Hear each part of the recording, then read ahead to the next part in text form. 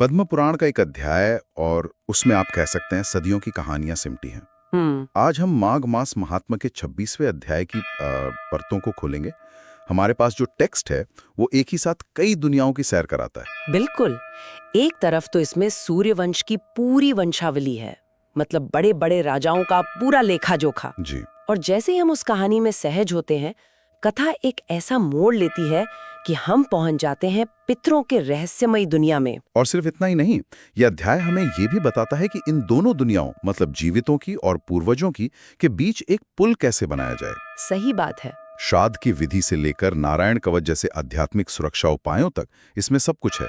तो हमारा मिशन साफ है, ये समझना कि ये अध्याय हमारे वर्तमान को हमारे अतीत यानी पूर्वजों और भविष्य यानी आध्यात्मिक सुरक्षा से कैसे जोड़ता है। तो चलिए शुरुआत करते हैं उस वंश वृक्ष से जिसकी जड़ें बहुत बहुत गहरी हैं, इक्ष्वाकु वंश। हाँ, तो इसकी शुरुआत होती है मनु के पुत्र इक्ष्वाकु से। टेक्स्ट में तो राजाओं की एक बहुत लंबी लिस्ट दी गई है, ककुत्स्थ, सुयोधन, पृथु और न जाने कितने ही नाम। जी। अगर कोई इसे पहली बार पढ़े तो शायद नामों के सागर में खोई जाए। तो चलिए इस वंश के कुछ बड़े पड़ावों पर रुकते हैं। पहला बड़ा नाम जो ध्यान खींचता है वो है राजा सगर का। राजा सगर की कहानी वाकई दिलचस्प है। उनकी दो रानियां थीं, प्रभा और भानुमति। दोनों ने पुत्र की इच्छा से अग्नि की आराधना की और उन्हें वरदान मिला कि एक रानी को 60,000 पुत्र मिलेंगे। 60,000? जी, 60,000। और दूसरी को सिर्फ एक, लेकिन वही वंश को आगे बढ़ाएगा। और यहीं से वो 60,000 पुत्रों वाली प्रसिद्ध कथा आती है जो कपिल मुनि के क्रोध में भस्म हो गए थे। जी, कथा यही बताती है। प्रभा ने 60,000 पुत्रों को चुना जो यज्ञ के अश्व की खोज में पूरी पृथ्वी को खोद डालते हैं और अंत में कपिल मुनि के कोप का भाजन बनते हैं। और भानुमति? भानुमति ने एक पुत्र को चुना जिसका नाम था असमंजस और उसी से वंश आगे बढ़ा। एक मिनट, ये 60,000 की संख्या हमेशा मुझे हैरान करती है। क्या पुराणों में ऐसी विशाल संख्याओं का कोई मतलब प्रतीकात्मक या सांकेतिक अर्थ होता है, या ये हमें राजा सगर के विशाल साम्राज्य और शक्ति के बारे में कुछ बताने का एक तरीका है? ये एक बहुत ही अच्छा सवाल है। पुराणों में संख्याएं अक्सर शाब्दिक होने के साथ साथ अलंकारिक भी होती हैं। अच्छा। 60,000 की संख्या एक तरफ राजा सगर के अतुल्य वैभव और विस्तार को दर्शाती है कि उनका प्रभाव कितना बड़ा था। दूसरी तरफ यह सामूहिक अहंकार का भी प्रतीक हो सकती है। इतने सारे राजकुमार एक ही उद्देश्य से काम कर रहे हैं, लेकिन उनका विवेक खो जाता है और वे एक ऋषि का अपमान कर बैठते हैं। अरे वाह! तो यह संख्या शक्ति और उसके साथ आने वाले खतरे दोनों को दिखाती है। वाह, इस नजरिए से तो पूरी कहानी का मतलब ही बदल जाता है। अच्छा, सगर के बाद इस वंश का अगला बड़ा पड़ाव कौन था? मेरे ख्याल से राजा भगीरथ। बिल्कुल। जिनका नाम सीधे सीधे गंगा नदी से जुड़ा है। जी, असमंजस के वंश में आगे चलकर राजा भगीरथ हुए। उन्होंने अपने 60,000 पूर्वजों की आत्मा की शांति के लिए कठोर तपस्या की और स्वर्ग से गंगा को पृथ्वी पर लाए। यह इस वंश की कहानी का एक बहुत बड़ा मोड़ है, जहां एक राजा का पुरुषार्थ केवल साम्राज्य विस्तार के लिए नहीं, बल्कि अपने पूर्वजों के उद्धार के लिए है। ये वंश की जिम्मेदारी का एक शक्तिशाली प्रतीक है। और फिर इसी वंश में हम सत्य और धर्म के प्रतीक राजा हरिश्चंद्र को देखते हैं और अंततः भगवान राम तक पहुंचते हैं। हाँ, यह वंशावली दशरथ के 4 पुत्रों राम, भरत, लक्ष्मण और शत्रुघ्न पर आकर एक नई ऊंचाई को छूती है। जी। टेक्स्ट में लिखा है कि राम ने रावण का वध कर रघुवंश का विस्तार किया।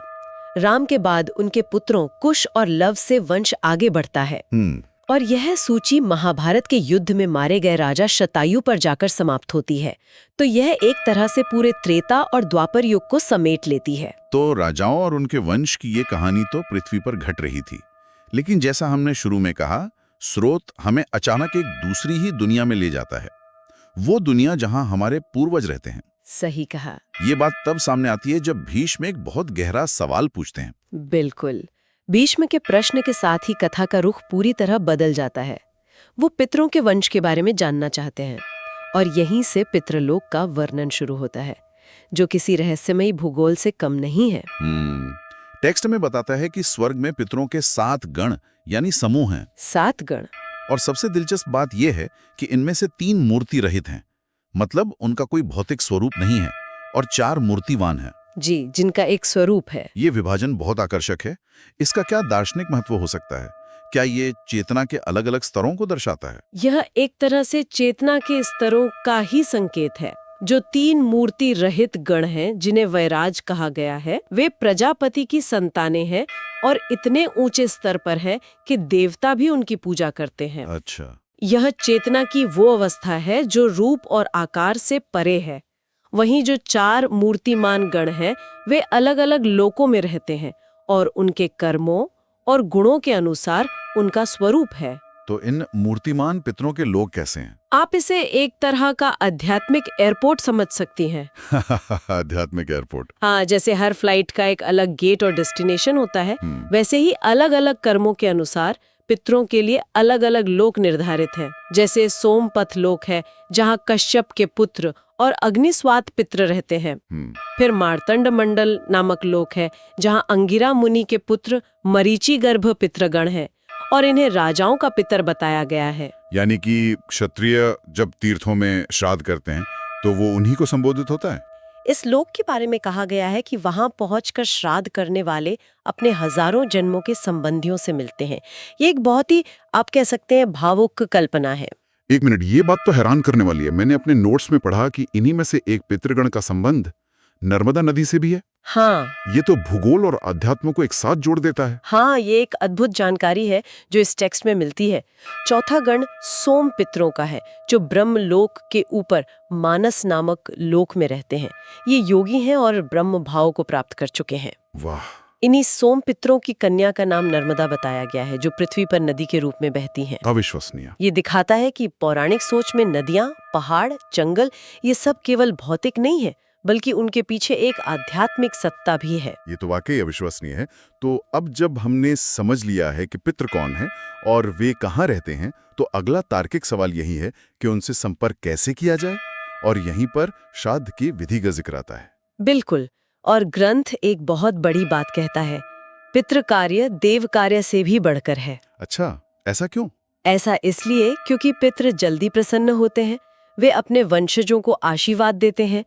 यह एक तरह से अपने मूल, अपनी जड़ों को सींचने जैसा है। तो इस प्रक्रिया में, मतलब श्राद्ध में, किन चीजों को अच्छा माना गया है और किन चीजों के इस्तेमाल करने से मना किया गया है? एक स्पष्ट सूची दी गई है। पितरों को कुश, उड़द, गाय का दूध, मधु, घी, जौ, मूंग और खासकर सफेद फूल बहुत प्रिय हैं। ये वस्तुएं उन्हें संतुष्टि देती हैं।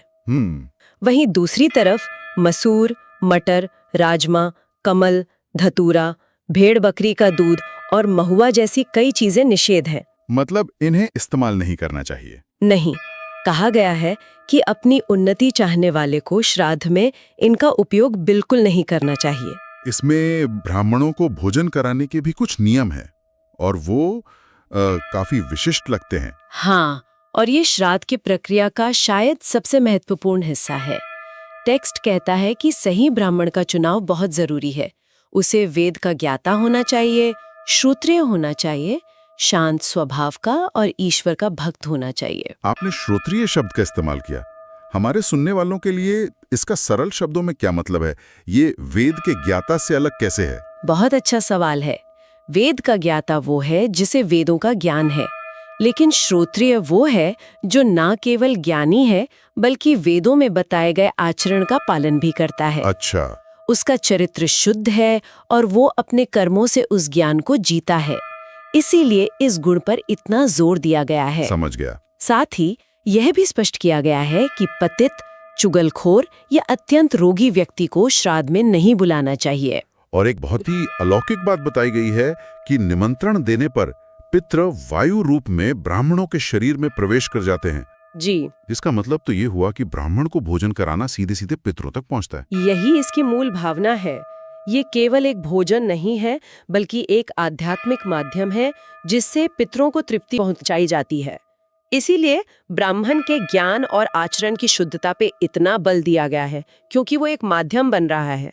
तो हमने वंश को समझा, पितृलोक को समझा और उनसे जुड़ने की विधि को भी, लेकिन अध्याय यहाँ खत्म नहीं होता। नहीं। इसके अंत में कई स्तोत्र और कवच का पाठ है जो विषय को कर्मकांड से हटाकर सीधी सीधी भक्ति और सुरक्षा की ओर ले जाता है। हाँ, और इसमें सबसे प्रमुख है नारायण कवच। जैसा कि नाम से ही जाहिर है, ये भगवान नारायण का एक सुरक्षा कवच है। टेक्स्ट के अनुसार इसे धारण करने वाला व्यक्ति राजा, डाकू, प्रेत, पिशाच और हिंसक जीवों यानी हर तरह के बाहरी और भीतरी खतरों से सुरक्षित रहता है। इसमें भगवान विष्णु के अलग अलग अवतारों से हर परिस्थिति में रक्षा की प्रार्थना की गई है ना? जी, और ये बहुत व्यापक है। मत्स्य अवतार से जल में, वामन अवतार से स्थल पर और उनके त्रिविक्रम रूप से आकाश में रक्षा की प्रार्थना है। अच्छा। नरसिंह भगवान से किले और जंगल जैसी दुर्गम जगहों में, वराह भगवान से रास्ते में और परशुराम जी से पर्वतों पर रक्षा की याचना है। ये तो ऐसा है मानो जीवन की हर संभावित चुनौती के लिए एक दिव्य अंगरक्षक नियुक्त किया गया हो। बिल्कुल। तो नारायण कवच तो आत्मरक्षा के लिए एक आध्यात्मिक साधन हो गया, लेकिन स्रोत में विष्णु सहस्रनाम और श्री राधा कृपा कटाक्ष स्तोत्र का भी उल्लेख है। इनका उद्देश्य क्या बताया गया है? क्या ये भी सुरक्षा के लिए है या इनका कोई और आध्यात्मिक लाभ है? ये एक बेहतरीन सवाल है। ये हमें भक्ति के अलग अलग आयाम दिखाता है। नारायण कवच एक ढाल की तरह है जो रक्षा करता है, लेकिन विष्णु सहस्त्रनाम ईश्वर के अनंत गुणों का कीर्तन है। ये भक्त को ईश्वर के विराट स्वरूप से जोड़ता है। ये भय से मुक्ति से ज्यादा प्रेम और आश्चर्य का भाव जगाता है। अच्छा। वहीं श्री राधा कृपा कटाक्ष स्तोत्र और भी अलग है। ये शक्ति या ज्ञान की नहीं, बल्कि कृपा की याचना है। कृपा की याचना? हाँ, इसमें भक्त कहता है, मैं योग्य नहीं हूँ, बस आपकी एक कृपा दृष्टि पड़ जाए। ये पूर्ण समर्पण का मार्ग है। मतलब एक ही अध्याय में हमें कर्म, ज्ञान और भक्ति तीनों मार्गों के साधन दिए गए हैं। ये तो बहुत ही संपूर्ण दृष्टिकोण है। हाँ, टेक्स्ट के अंत में तुलसी चालीसा का भी पाठ है जो प्रकृति में देवत्व देखने का प्रतीक है। तो ये अध्याय एक पूरी आध्यात्मिक टूल किट की तरह है। तो आज की हमारी इस चर्चा से ये साफ है कि पद्म पुराण का ये अध्याय सिर्फ एक कथा नहीं, बल्कि एक पूरा जीवन दर्शन है।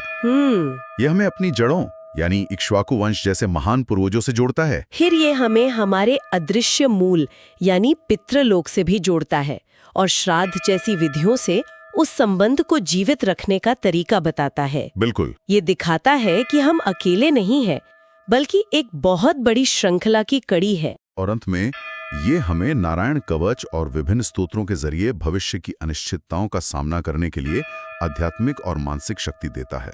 बिल्कुल। और ये हमें एक विचार के साथ छोड़ जाता है। इस दृष्टिकोण में हमारा वर्तमान केवल हमारा नहीं है। ये अतीत के प्रति हमारे कर्तव्यों और भविष्य के प्रति हमारी जिम्मेदारियों के धागों से बहुत मजबूती से बुना हुआ है। ये संबंध केवल खून का नहीं, बल्कि कर्म, स्मृति और श्रद्धा का भी है। वाह। शायद यही वजह है कि ये कथाएं हजारों साल बाद भी हमें अपनी ओर खींचती हैं।